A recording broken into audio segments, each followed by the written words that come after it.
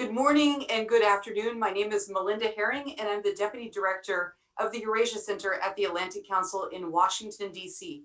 Today, we are delighted to co-host an event with our friends at Radio Free Europe, Radio Liberty in Prague.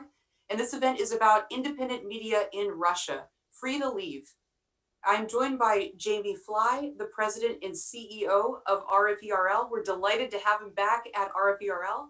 We're also joined by Rvrl Sudakovsky, who is the director, regional director of Europe and TV production at Rvrl. Kirill, welcome. Also joined by Maria Lippman, senior associate at the Poners Institute at George Washington University and a longtime columnist, and then Dylan Miles Primakov, my colleague at the Atlantic Council, a non-resident fellow who knows Russia better than anyone else. So we are, you're in for a great panel today. We want to make this interactive, so feel free to send questions along the way or send us questions on Twitter. I want to start with Kirill.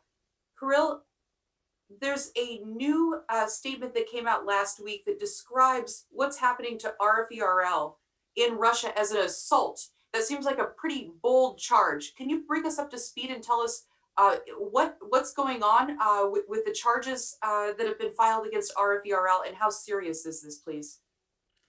Yeah, sure. Hi, Melinda, and good morning, good afternoon, everybody. What we're seeing now is what we believe is a targeted attack against Rvrl in Russia. We've been the foreign agents since 2017, mass media foreign agents, and no other foreign media organization working inside Russia has not been labeled as such. Not CNN, not New York Times, not BBC, not Deutsche Welle, nobody else. It's just us and our projects.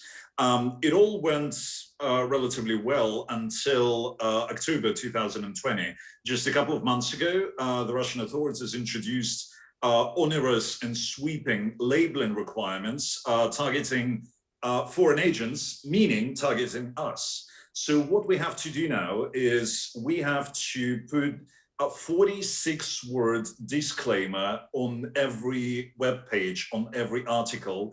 The size of the font of the disclaimer is twice the size, the font of the text.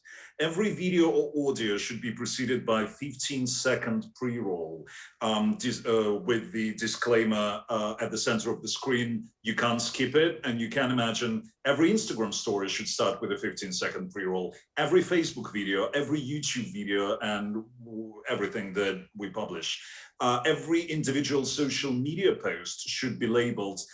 They made a concession for Twitter and created some kind of a shorter version of the disclaimer, 97 symbols that should precede any message, any tweet that you have, and everything else. And if you don't comply, and we don't, because we believe that this is defacing of our platforms, this is a deliberate attempt to prevent access to any of our output, any of our content, then there are penalties. So we've been now, we are looking at now, so they're charging us for violations of that lack of labeling. So we are facing now at 390 violations.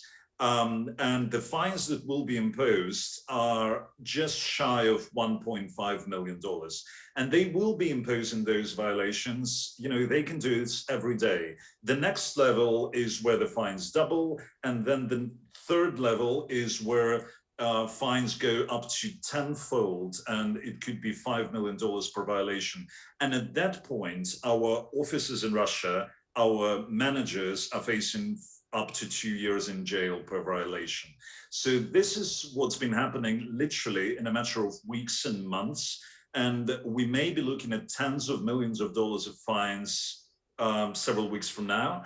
We are facing a possibility of jail terms for our managers in Russia. And this is happening really quickly. So this is where we are. Thanks, brilliant. Thanks for bringing us up to speed. Kirill, tell us again, remind us how the structure of the Russia service works. I think most of us in Washington are familiar and think of you guys as being in Prague. How does your service work? Where are you spread out? So the headquarters is in Prague, but then we have a massive in-country Russia operation. So We have the Russian service. We have current time 24/7 television and digital network. We have Tatabashkir service. We have North Caucasus service. We have regional projects for regional reporting inside Russia. So we have about 50 staff people in the Moscow bureau, and then we work with about 300 freelancers all across Russia. Wonderful, thank you. Jamie, why Rferl? So Kirill has explained very eloquently what's been happening, but why do you think Rferl is the subject of the target, not BBC, not New York Times, not Washington Post, not anyone else? Well, Melinda, it's great to be with you. Thanks for doing this. Great to see everyone. I fear that we're a victim of our own success.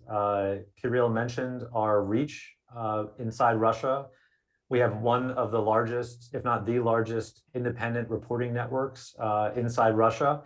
And in recent years, we've achieved great impact with our audience, especially a younger Russian audience that has been attracted to our content online, to our live coverage of events, of protests, and to a lot of our platforms, including regional reporting sites. So we've been trying to do things that other networks that reach the Russian audience have not been able to do, and provide information that people cannot get elsewhere. And we've seen almost a doubling of our audience over the last 5 years. And I think the Kremlin has been watching these developments, which come at a time when they are becoming more and more insecure. And we've seen domestic organizations targeted. We've seen NGOs, civil society. And when it comes to international media, I think we are probably at the top of the list. What I fear, though, is if we're forced out of Russia, I think we'll only be the first. I think they will turn their attention to other outlets, both domestic and foreign.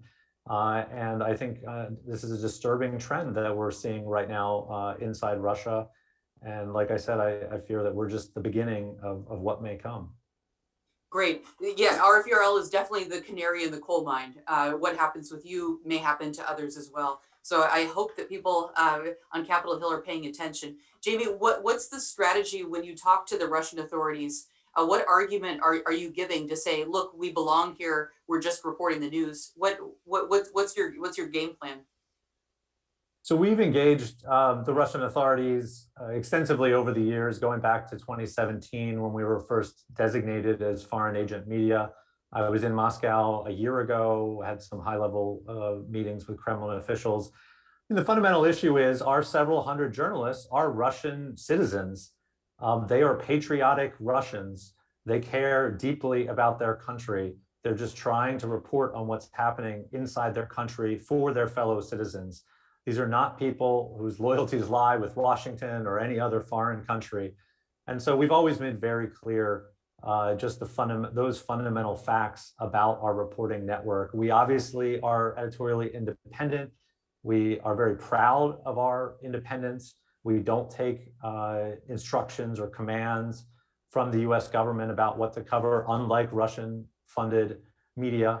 And the Kremlin, as they've designated us foreign agents, they try to draw comparisons to RT and Sputnik, which are really ridiculous comparisons given the structure of those organizations. And I should note, those organizations are not being treated the same way by the US government. So even if there was a comparison, the Russians are applying much more extreme controls on our ability to access the Russian audience. And now they're basically trying to fine us out of existence, something that the Department of Justice is not even bothering to pursue against RT and Sputnik in the United States. Great, thanks, Jamie. Dylan, thank you for joining us. Dylan is a hero. He's joining us at 6:30 a.m. in California. I'm so impressed. Dylan recently wrote a fantastic piece in Foreign Policy. We're going to drop it into the chat that explains the evolution of the foreign agent law, which is what's being used against Rvrl. I highly recommend his piece. I highly recommend anything that Dylan writes. Good morning, Dylan. Can you give us a little bit more on this, though? Jamie just talked about Sputnik and RT, and they're labeled on YouTube and Twitter as being funded by the Russian government. Why is it different for Rvrl to be required by the Russian government to label itself as a foreign agent? Well, there's a few differences. I mean, first of all, the difference between what Twitter and YouTube and others are doing versus what the Russian government doing is that I mean, the most basic difference is that those are private platforms. They don't have the same, supposed commitment to free speech that a government like the U.S. government or the Russian government has. The Russian government, Russian constitution has very strong guarantees about freedom of speech and freedom of press that the foreign agent law and the way it's being implemented pretty clearly contravenes. And the question about the different impact of labeling kind of goes back to the original purpose of the Foreign Agents Law. Unlike, I think, the US Foreign Agents Law, which has been used historically, going back to its origins around World War II, to try to bring transparency to foreign lobbying efforts in the US. If you look at the list of registered foreign agents in the United States right now, there are about 400 or 500 active registrants at any time. They're mostly either US lobbying companies or foreign trade associations. They're for-profit organizations that for the most part have direct contracts to represent the interests of foreign governments. The Foreign Agents Law in Russia has never been used that way. The Foreign Agents Law in Russia was created in 2012, shortly after Putin's returned a third term of the presidency, and one of the, I think, as a response to some of the protests around that political transition. And it has been used since the outset as a means of stifling independent political activity in Russia, and I mean of stifling freedom of speech in Russia, frankly. So from the beginning of this foreign agents law, new developments in the law, new designations of organizations under the law have been accompanied by these kind of waves of propaganda against these organizations in Russian state media. And it's very clear that the purpose of this law is to delegitimize these organizations. Jamie was referring to some of the labeling requirements. Maybe it was Kirill talking about just kind of how onerous these requirements are. Large font disclaimers on every page that this is published. There's nothing like that either under the U.S. foreign agents law or the kind of labeling that Twitter and YouTube have imposed. I mean, there are arguments on both sides of that, but I think fundamentally it can be understood as an effort to bring greater transparency to who is behind information that's being distributed, as opposed to an effort to delegitimize certain sorts of information, which is, I think, what you're seeing with the way the foreign agents law is being used in Russia against Rvrl and others. Thanks, Dylan. We're delighted to have Maria Lippman with us. Maria, can you set the stage for us? We know that there is very little media freedom in Putin's Russia. What role do Western media play? How are they viewed? And how are they different from independent media outlets like Meduza or Dost? To begin with, I would say that to add to the discussions that we've heard so far, I think what makes Radio Liberty, Radio Free Europe different is that they are associated with the US government.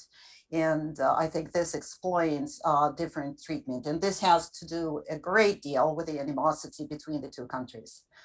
In a way, this is Russia's move in the confrontation. We've been under sanctions, repeated rounds of sanctions. Russia cannot reciprocate in this way. It tries to reciprocate in a different way. Well, talking about media freedom in Russia, I think it is very important to decide what we're talking about. Are we talking about our own criteria? Are we talking about the environment for journalists who cover politics and public affairs, or are we talking about public perceptions? These will be three different answers. And I would focus on the public perceptions. Today, human rights and civil liberties in general are of relatively minor concern. In Levada polls, and Levada is by far the best and the most independent pollster in Russia, human rights and civil liberties come as number 20 on the list of what people refer to as worrisome problems. Only 6% said in a very recent poll that they are concerned about human rights and civil liberties. And this is something to think about. And while the media scene has changed a great deal since 2012, Some of the non-government outlets that were operated back then before are no longer operating now, and some of those that still are around have modified their editorial line, which has become more tame. However, there has risen a whole new universe of social networks, YouTube channels, Instagram, Telegram channels, etc. State-controlled national television today is in competition. And it is not just with the text, but with images, with beautiful images of YouTube, etc. The audience, however, of state television has not declined. And this is also something that that tells us about human perception. It still exceeds 70%. Nobody forces people to watch television. Social networks and online media actually are rising, and today boasting an audience of about 40% each. Western media are part of the scene, and some may be more popular than others. I think Current Times is especially popular if we talk about this segment of foreign media, but none makes it to the top 10. While BBC Russian or Deutsche Welle are obviously foreign, about Current Time, I think people maybe not even so sure that it's a foreign source. Of course, until and unless this label of a foreign agent appears on every screen. Do people choose or RBC, this is also an important online outlet, which ranks as number one, or they choose others that are the top 10 and not Radio Liberty or the BBC or Deutsche Welle. It's hard to tell whether the reason is that they are foreign or something else. It is also true that these days only TV viewers tend to rely on television as their only source. Otherwise, internet users in Russia, as well as elsewhere, surf from one page to another. We're not talking about a Radio Liberty audience. We're talking about an internet users audience, which is growing, and especially among the young. So I think this scene should be kept in mind when we're talking about media freedom. And according to a recent long or vast survey of which Levada calls Video Landscape, only about 6% nationally rely on an array of several non-government alternative sources. In Moscow, this audience is about 16%. It is growing and it will grow, but it's still relatively small. So we are not talking about an audience that is deeply attached to Radio Liberty, Current Time, or whatever, like it was the case in the Soviet days. And I don't think anyone in Russia today may complain about a shortage of news sources. As somebody who is an avid reader of those alternative or non-government sources, I easily spend several hours every day reading around, trying to keep track of everything that is being published. And of course, I only have a chance to read a small fraction of it. Wonderful. Thank you, Masha. That's really helpful context to think about. I really appreciate that. We're getting some great questions. I want to bring in our audience. We are having a great discussion with Jamie Fly, who's the president of Radio Free Europe, Radio Liberty, Rvrl Sukovsky, who's a regional director for European TV, Dylan Miles Primakov, who is a non-resident fellow at the Eurasia Center, and Maria Littman, who's a wonderful columnist and a longtime observer of all things Russia based in Moscow. So our question, I think this is a good one for Jamie or for Kirill, from Ina Dubinsky. How have DW and BBC managed to address the same challenges that Rvrl now faces? What made it possible for them to fly under the radar? Kirill, do you want to go after that? Yeah, I think Melinda, thanks for this question, because I think we spoke actually very recently to both Deutsche Welle and to the BBC Russian service, and it's again what Jamie said. This is we became the victims of our success. Current Time and what we do in Russia, as generally with all our social media videos and all that, we went into video. and Deutsche Welle and the BBC did not, quite consciously, because that is dangerous. Because what Russia and the Kremlin specifically, they want to control television. They believe in that, and quite right so, the magic of television. You remember 2014, Eastern Ukraine, the first thing that the troops did when they captured another village or another town, the absolutely first thing, they went to the TV tower and reprogrammed the free-to-air TV channels to Russian state television. So this is what they believed in, and they did not have competition. And now, 2019, Moscow protest, Belarus protest, Navalny's return, suddenly there is competition. When Navalny returned to Russia in January, we were broadcasting all this live. We were with him on the plane, we were in Berlin, then we took a plane with him. Then he was arrested at the airport live on air for our audiences. This was watched by millions and millions of people. The Belarus protest, I think that was the breaking point for the Kremlin. They were scared and they were shocked and surprised that this was happening in this safe haven of Belarus. We were trending #1 on Russian YouTube for days on end with wall-to-wall live coverage. For the first 6 weeks of Belarus protests, our live coverage on Current Time and on other platforms was seen 320 million times. And so it was not surprised that, why I mentioned in 6 weeks after the Belarus protest, the new labeling regulations were introduced 6 weeks after the Belarus protest. So suddenly they say, okay, we have elections in the fall in September in Russia. We have the transition of power that is closer than it was before. And we want to be sure that we control the narrative. And we are somebody that they can't control. So I think that's what the Kremlin thinks. And others just want, for the BBC, the Russian audience is a small fraction of their global audience. And for Deutsche Welle, it's the same thing. So when they didn't go into television, it was a calculation that they may be safe. Wonderful. Thank you so much. We know that Moscow was not happy either when Belarusian flags started flying in Khabarovsk. I think that gave them a lot of anxiety as well. I think that's a good point, Rvrl. Arch Puddington, an old friend from Freedom House, has a great question for Jamie. If further action is taken against Rvrl in Russia, what options might the United States government or even non-governmental sources have? Might action be taken against RT? Well, I'll leave it to U.S. policymakers to decide what needs to happen to RT and Sputnik if Rvrl is forced to leave Russia. What we're focused on right now is we're fighting this legally, using every legal means possible inside Russia. We're going to pursue every legal means outside of Russia, including going to the European Court of Human Rights. So we'll pursue legal means.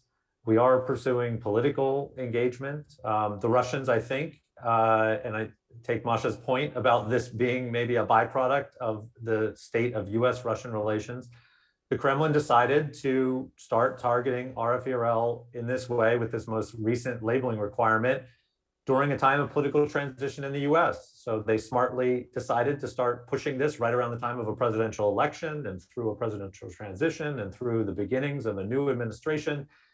And so there hasn't been a whole lot of political engagement yet between the two governments about this topic. And so we're holding out hope that there will be some engagement. There have been, I'll just note, some congressional calls already for targeting of individuals in the Russian government who are involved in these efforts to go after Rvrl. But like I said, I'll leave that for a future policy debate. The one final thing I'll just add related to Deutsche Welle, which is interesting. Deutsche Welle, despite I think everything that Kirill said being correct, also doesn't have much of an extensive reach inside the country. We have a much broader network, but they have come under pressure in the past. In the summer of 2019, they were very active in covering some of the protests in Moscow, as were we. And there were calls in the Duma to target Deutsche Welle in particular. Those calls seem to have died down subsequently. And it's interesting to note that RT is now making a big push to expand their RT Deutsch website into a TV channel. here in Germany, where I'm now based today. And so I think there are things to look at in terms of Russian priorities, their interest in protecting RT and Sputnik's ability to operate in various countries.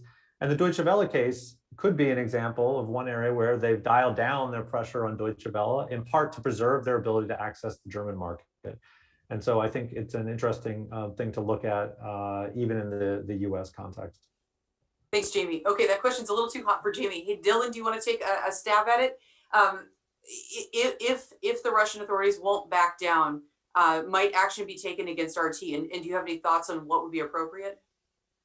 I think honestly that would be a mistaken approach. I think you see a lot of efforts on the part of the Russian government to portray RT, Sputnik, other Russian international broadcasting as somehow equivalent to outlets like Rvrl or Deutsche Welle or the BBC.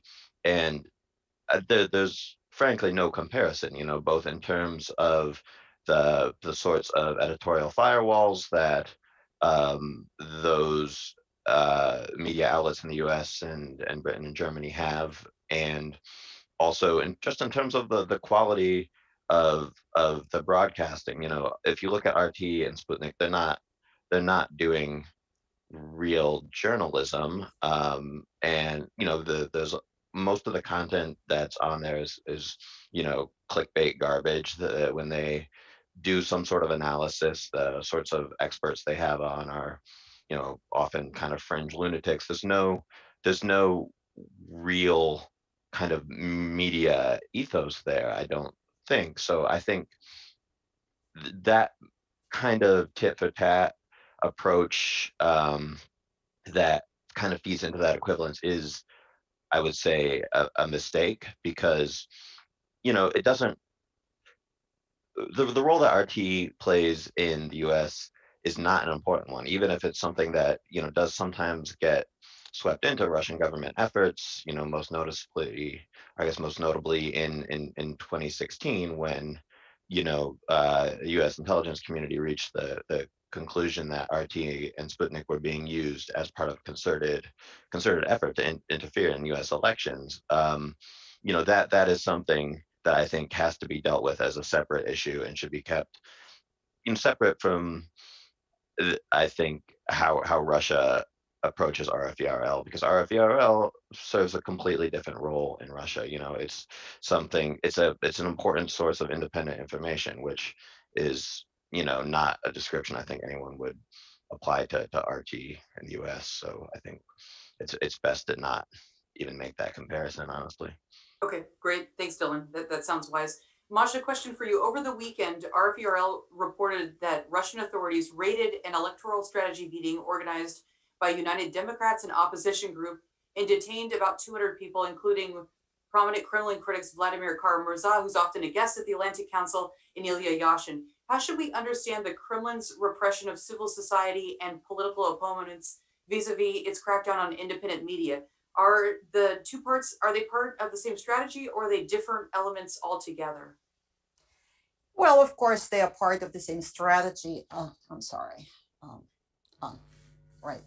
Of course, part of the same strategy. And I think we can go back to 2012, the mass protests back then, which actually played a role of a turning point. And since then, the government policy has become more repressive, and increasingly so over the years. This time around, of course, in September this year, we're having a parliamentary election, and the Kremlin is concerned to make sure that there be no surprises. And this explains the attack at municipal deputies that came from various places in Russia to take part in that get together. And they were detained under totally hollow pretext. Actually, the point being to show them that they should not help to play a role and to probably run for the State Duma come September.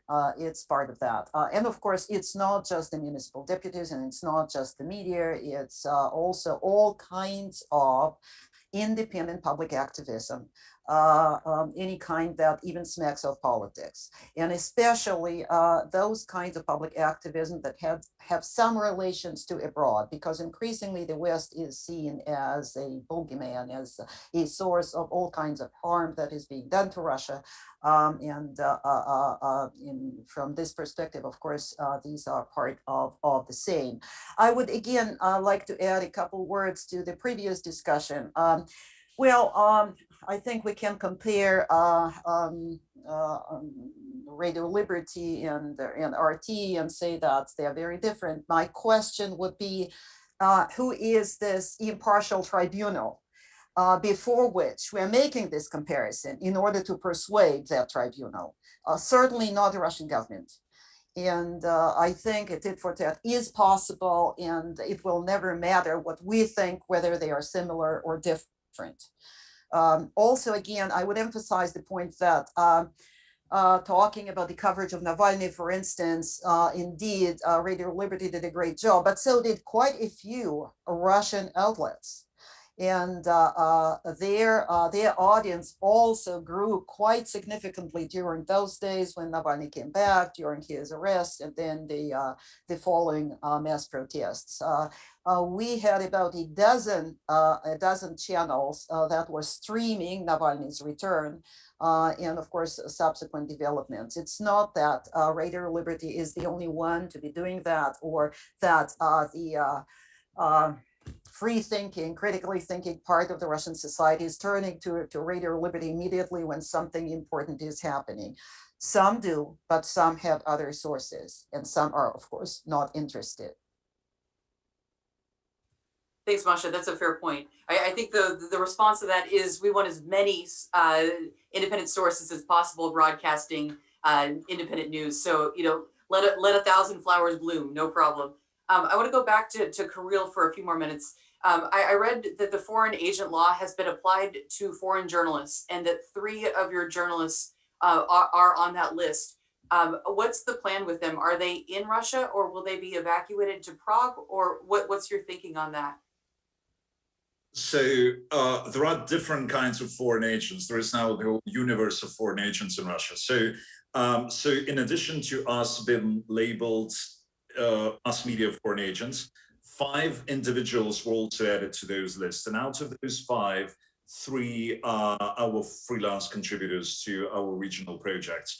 And then there is another law that was recently passed about individual foreign agents, where everybody could be labeled as individual foreign agents. Under that law, nobody has yet been branded as individual foreign agents, but that's obviously a matter of time. Those 3, they're brave journalists, as many others who work for us, either full-time or contribute occasionally. They continue their reporting. They're not moving anywhere. They think that their work is essential and important. And they continue to publish articles on our regional websites. So it is also very important that even though I fully agree with Masha that the difference between the Cold War times and the current times is pronounced, because during the Cold War, there was one state narrative and one, say, kind of opposing narrative. And now there are 1,000 of state narratives and 1 million of alternative narratives. And what the state television does, they quickly understood that effective and efficient propaganda is not just about lying, it's just crowding the space with all sorts of chaos, clickbaits, different opinions, conspiracy theories, excuse me. So in that space, you crowd this, you create confusion, and the aim of the propaganda, especially of the Russian propaganda, is not, they're not trying to kind of, for you to believe them. The main aim is for you to not believe anyone. And this is where they are, in this atmosphere of chaos. So in that media landscape, it is very hard now to operate, because people get distracted, and fake news is another whole other game. But it is now, if we are to leave Russia, for instance, if we're kicked out of Russia by the Russian authorities, it won't be the same way as it was when Rvrl was in Munich, because the situation is extremely different. That's a great point. Jamie, I'd also like to bring you back in. We've talked a lot about the fines and the violations earlier on. When the Russian government takes these kinds of actions, does it obviously startles and it makes journalists fear for their safety, but does it shape coverage? Does it change anything fundamentally for your services? No, I think we have 70 years of history of dealing with pressure by regimes. And so our journalists are, as Kirill noted, incredibly brave, courageous individuals. And so these sorts of pressure tactics aren't changing our coverage. I think our biggest concern, even beyond our physical presence inside Russia and the clear attempt to bankrupt us, to be honest, with the level of fines that we've seen, already more than $1 million and rising quickly for our failure to label, is this weaponization of the individual foreign agent designation. And we've seen it already against several of our freelancers. I think our fear in the long run is not just for our journalists, but other exposed journalists who work for independent outlets across Russia are going to face this challenge of being designated as individual foreign agents, to have to declare themselves to the government, go through a time-consuming reporting process. If they make a mistake in their declarations about their income or expenses, they could face potential criminal penalties. These are clearly scare tactics aimed down at individual journalists, I think with the goal of driving them out of journalism and silencing their voices. That is truly frightening. And I think it says something about the state of independent media in modern Russia. Arch Puddington, who asked the question earlier, wrote a great history of Radio Free Europe and Radio Liberty called Broadcasting Freedom. And I was looking back at it actually just a couple of days ago. Radio Liberty even had, I think, somewhere around 100 freelancers working with it before the end of the Soviet Union. We had an extensive network in country before 1991. We could get to the point in the coming years, if these sorts of tactics continue, where we don't even have that level of network anymore inside the country. I think that says a lot about where Putin's Russia is headed. And it should be concerning, not just to those who care about Radio Free Europe, Radio Liberty, but those who care about the ability of the Russian people to get independent information, not just from the urban centers or places like Moscow, but from across the entire country, and reporting on local issues as well, not always high politics, but issues that average Russians care about on a day-to-day basis. And I think if we don't have those independent journalists able to do that, then you have the sort of environment that Kirill was talking about, which is saturated with disinformation and confusion. And I think that's ultimately what a lot of these various legal tools and regulatory tools that we're seeing the Russians employ are all about. Jamie, one last question about this.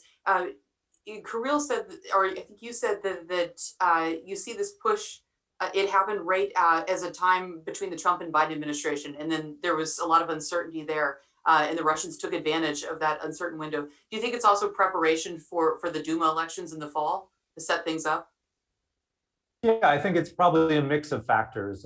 As Kirill noted, it also came immediately in the aftermath of the protest in Belarus. And perhaps after seeing that kind of shock to the system, after seeing the traction of that story for the Russian audience, we covered it extensively, not just through our service in Belarus, but also for our Russian audience by sending some of our journalists to Belarus to report back to the Russian audience before they were kicked out by the Belarusian authorities. And so I think it's a mix of those factors. And then this is obviously going to be an important year politically in Russia with the Duma elections. And the US presidential transition, I think, just came at an opportune moment for the Kremlin to kind of start pushing on this issue and testing to see whether there was much of a US response. Great, thanks. Masha, what would the Russian media landscape look like without Rvrl if they did get kicked out? You've noted that there is growing independent voices. But what do you think it would look like? Yeah, thank you for a very good question, actually. I think what we hear from my respected interlocutors is sounds like radio liberty is unique. It is not, and it is not seen this way in Russia. And I don't think there is a broad sense in Russia that truth comes from the West. Again, this was a sense among millions of Soviet people in the Soviet days. This is not true anymore. There are other sources, and there are provincial sources that are actually quite good. We have, I will mention just one called 7x7, which whose center is located in Komi Republic in Syktyvkar, but which actually covers and has its own network of correspondents in quite a number of regions in Russia. We have a media prize, a privately funded media prize that awards prizes every month to 3 or 4 journalists, including quite a few from the provinces. And the only eligible for this prize are only independent journalists from non-government publications.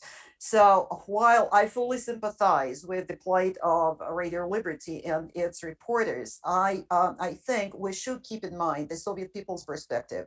No, it will not be a terrible, dramatic loss for the Russian people. It will be for some who will notice that the source of news no longer exists, but it will not be the end of independent news in Russia, far from it. Kirill or Jamie, you want to respond to that? It's kind of I understand, and to some, as I said, there are so many different outlets now, and and you see TV Rain in Russia, you see what Meduza does in text, you see what Mediazona does with criminal reporting and all that. What we are fearing is that, as you say, is kind of like canaries in the coal mine. We are at the start of this whole process, and then there will be others. The same way as you remember when there was a crackdown on television, it started with MTV in 1990s, but then everything folded. It was not just about MTV, it was just generally until there was no independent television left. Then there were newspapers. You remember there were Kommersant and there were Vedomosti and there were others. And then there was an attack against one, and then there was attack against another one. And suddenly, until no one left standing, now it's Novaya Gazeta who's pretty much left standing. So this is just a broader strategy and a broader danger that, yes, there will be independent media when we leave, or if we leave, but then they will come for them. And this is what's been happening in Belarus since Lukashenko came to power in 1994. It was like baby steps of oppression. You start with one, and then there will be some others left until there are none left. Thanks a lot. That's a great point, Kirill. Dylan, question for you: is the Russian public aware of these new foreign agent laws and how they're being used, and do they care?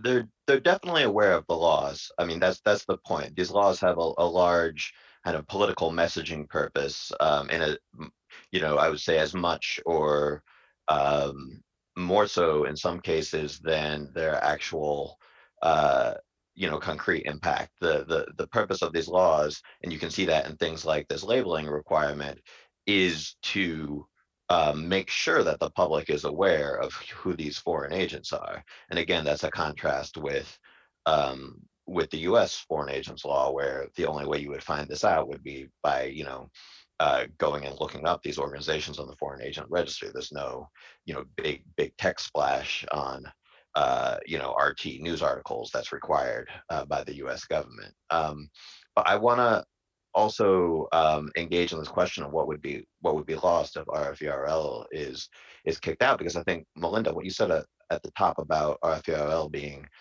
a canary in the coal mine is absolutely right. And I have some relevant experience here. I worked from 2013 to 2020 on Russian Eurasia programs at the National Endowment for Democracy. Last 5 years of that, we were covered under Russia's law on undesirable foreign organizations. And I got to see that law, you know, with a front row seat kind of develop in real time. And what happened there was, you know, NED was the first organization on that list. They picked a large, relatively well-known American organization, you know, ignoring, say, German and British organizations that played kind of the same role in funding, and made a big show out of going after us. And that was a way to send a message to the Russian public about these laws that, you know, you pick an organization like RFERL or the National Endowment for Democracy that gets, you know, its funding from the U.S. government, and you know that's a way to start applying these laws in a way that makes sense to people. But you know, of course, it doesn't stop there. Since 2015, when the undesirable organizations law was passed and you know, NED was added to this list a few weeks later, I think there's now up to 20 organizations, a bit more. They're not all American anymore, including, I should of course note, the Atlantic Council is on that, you know, has pride of place on that list now. And the ratchet only turns in one direction with these kinds of laws. So, you know, the undesirable organizations law was created in 2015. There were, you know, criminal penalties under that law associated, you know, that applied to Russian citizens who participated in activities of these organizations. And really nothing happened with that law for a long time. I think the first kind of criminal cases under that law were not until 2019 or 2020, but now, you know, in addition to more and more organizations being added to that list, you've seen that law being used more and more to limit Russian citizens' ability to engage in political activity, which was always the goal. And that's the important thing to remember with these laws. You know, as much as they're nominally aimed at foreign interference, they're really about the Russian government's ability to control what political activity goes on in Russia and what information is spread in Russia. So, you know, here we are almost 6 years into that law, and we saw over the weekend this undesirable organizations law being used to justify the breaking up a party of, or you know, a forum of local municipal deputies in Moscow, right? So I think it's important when we think about this foreign agent media law being used to target RFERL now to be conscious of the possibility for a similar process. I mean, I remember actually, I was by chance at the RFERL offices in Prague on the day that Russia designated RFERL as a foreign agent, which I think is similar to the situation with NED. That was maybe 2 weeks after the law was amended to allow media to be designated. So it was very clear what the purpose of that law was. That was over 3 years ago. You know, I think Kirill and Jamie had some good explanations of the timing, both in terms of kind of regime security issues in Russia and political transition in the US. I think those both were factors. But the fact is, these laws, you know, this law has been on the books for 3 years, and then after that time, you know, all of a sudden, for whatever reason, it begins to be implemented in a very kind of aggressive way with, to my mind, the obvious intent of forcing RFERL out of Russia. And I think, you know, as we've seen with the use of the foreign agents law against NGOs and now individuals, and the undesirable foreign organizations law, you know, RFERL is an appealing first target for this. But once kind of the use of this law is normalized, it will be used more broadly. And, you know, as with these other laws, the goal is to always to limit political activity in Russia. So I think, you know, sure, there are a lot of great independent media who are Russia based, but the way the foreign agents law has been used, and the kind of the vagueness around that law allows it to basically be used against anyone the Russian government wants to, right? I mean, it's been used against NGOs where a member of the NGO traveled to a foreign funded conference, right? Not the organization itself receiving any funding. So this law could be used to go against, I think, any independent media in Russia if the Russian government chose to use it that way. So it's important to remember that these things, the laws get on the books and then they're used slowly, but certainly going back to 2012 and Putin's return for a third term of the presidency, the trend line has only been in one direction. So I don't Absolutely. think Absolutely. we should be aware this isn't just RFRL. Great, Dylan. Thanks. That's a really important point. And read Dylan's article if you have it on foreign policy, because he explains how the law has changed since 2012. I got a couple of great questions. Okay, first question. This one is for Kirill. Are there technology solutions that would enable Rvrl to maintain its audience outside Russia, such as direct internet streaming or something else? Yeah, it's a great question. We're fully committed to, continuing to have impacts on audiences inside Russia. Even if we're kicked out by the Russian authorities, that will not stop us from reaching the audiences in Russia. As you know, we will still be there. The platforms like Facebook or Twitter will still be there, and we can be on those platforms. And also, other solutions. For those who have been to Belarus, who have been to China, for instance, or to Turkey, that VPN is your way of life. And if you have VPN, then you can have access to whatever your government decided to block. If this will become a norm in Russia, we will see. Another thing. So this is, we are not leaving Russia. Russia is very important. And so it's very interesting that in addition, there is another aspect to that, is that they're pursuing us. And at the same time, where they see the threat is something that they can't control. Russia-based media, that's something that they will be able to shut down if they're not happy with them. With foreign, either media or social media platforms, it's not that easy. And it's very interesting that it's not us being targeted, but there is now noise about Twitter, about Facebook, those platforms that they can't control. Actually, Twitter was also fined, paid the fines, and as soon as they paid the fines, the Russian media watchdog, the same organization that is targeting us, started issuing protocols against Twitter for whatever violations they could find. So, and they're going through the same process of court cases and appeals and whatever. And there was one official, even though he may not be very high profile, but it's very interesting, that he voiced that, and that was reported by Russian state newswires. He called in massive fines of Twitter. I think the fine he offered was $360 million. So that's the way that they're going. So they will come after media, and after that, they will come after social media platforms. Great, thank you. Jamie, is there a plan for Rvrl to unite all of the Western media organizations and social media platforms to fight this? Are you guys talking internally? Can you tell us anything about that? I mean, we've talked in the past to others like Deutsche Welle and BBC about the challenges that we all share in Russia. I think part of the problem, though, is our footprint is vastly different. As we discussed earlier, we've got a much more significant reporting network. And the way that the Kremlin has treated each of us is different. We, as a news organization, obviously we use the platforms as our kind of modern day transmission towers, but the platforms have their own corporate interests. And so we're in touch with them on a variety of issues, but not really in concert responding to this. The one other thing I'd note, just to pick up on the earlier conversation about future repercussions if Rvrl is forced out, I do worry about the state of those small, local, independent outlets that Masha and others were talking about.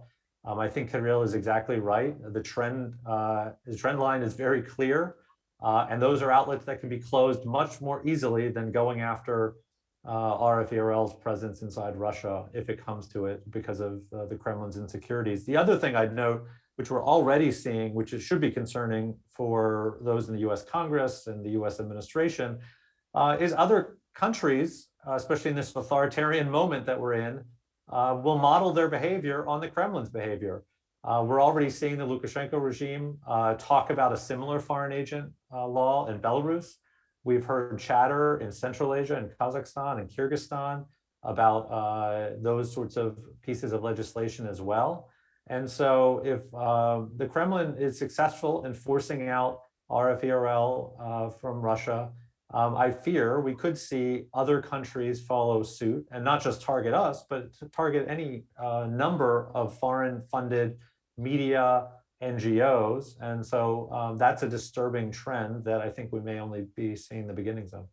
Thanks. Masha, a question for you from Andrew Denary. He wants to know, how do Russian readers and viewers approach state outlets? Can state media easily be dismissed as blatant propaganda, or is it more complicated than that? What do they think of Sputnik and RT? Go ahead. Of course, it's more complicated, and it also depends on who we are talking about. There's a TV audience, there's the audience, the growing audience that will continue to grow as younger generation come of age and are interested in news coverage.